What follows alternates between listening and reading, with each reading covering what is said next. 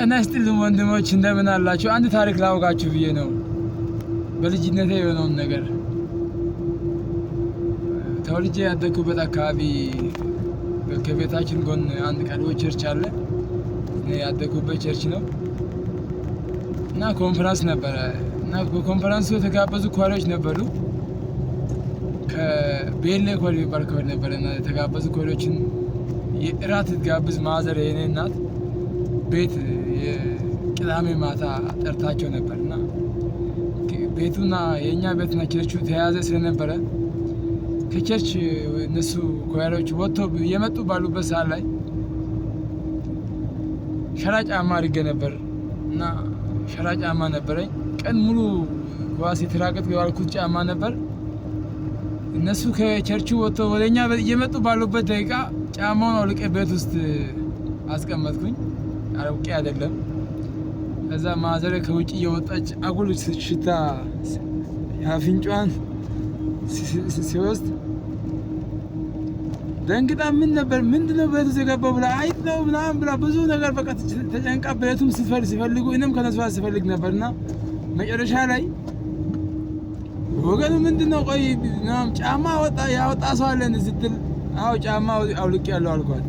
ከዛ በዱላ ነበር ያባረች።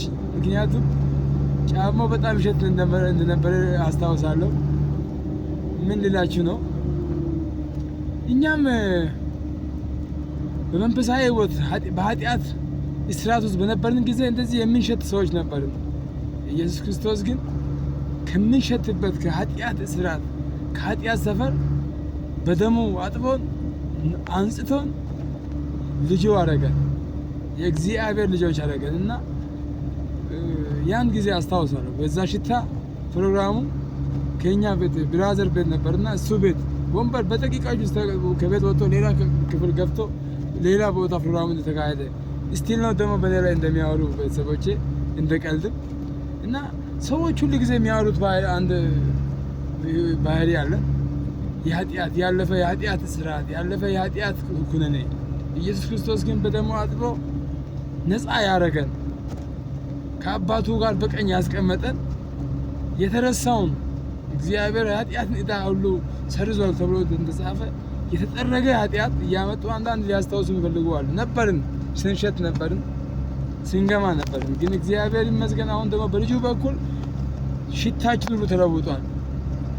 ስለዚህ ደስተኛ መሆን አለባችሁ። ኢየሱስ ክርስቶስ ሽታችሁን ስለቀየረ ከምንገማበት ቦታ አውጥቶ ደስ የሚል የመዓዛ ሽታ እንድንሆን ስላደረገ እግዚአብሔር የተመሰገነ ይሁን። አመሰግናለሁ።